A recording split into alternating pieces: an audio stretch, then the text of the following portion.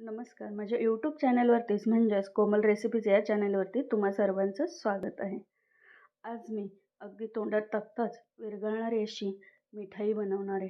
घरच्या घरीच घरच्याच साहित्यांमध्ये अगदी कमी साहित्यांमध्ये ही मिठाई बनते.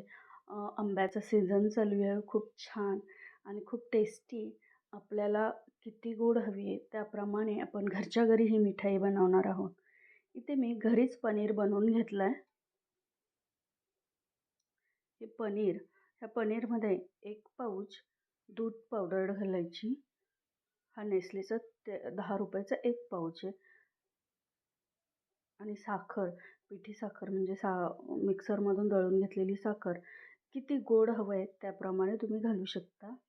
ड्रायफ्रूट तुम्हाला जर आवडत असेल तर ड्रायफ्रूट नाही घातले तरी चालतात.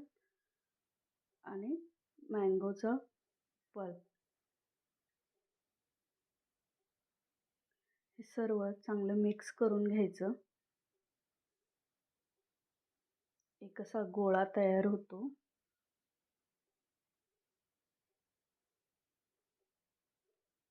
जास्त काहीच लागत नाही ह्या मिठाईसाठी. अगदी तोंडात टाकताच विरघळणारी ही मिठाई. तुम्हाला पाहिजे त्या आकारामध्ये ही मिठाई तयार करून घ्यायची. इथे मी गोल आणि स्क्वेअरमध्ये अशी 2 याच्यामध्ये ही मिठाई बनवली आहे. तुम्हाला ही रेसिपी आवडली असेल तर नक्की लाईक करा, शेअर करा. सबस्क्राईब केलं नसेल तर सबस्क्राईब करा.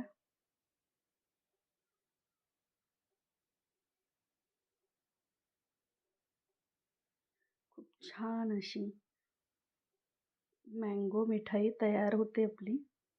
अगदी कमी साहित्यांमध्ये घरच्या घरी तोंडात टाकताच विरघळणारी ही मिठाई. तुम्हाला नक्की ह्या मिठाईची रेसिपी आवडेल आणि घरी जे साहित्य आहे त्या साहित्यांमध्येच होते ही.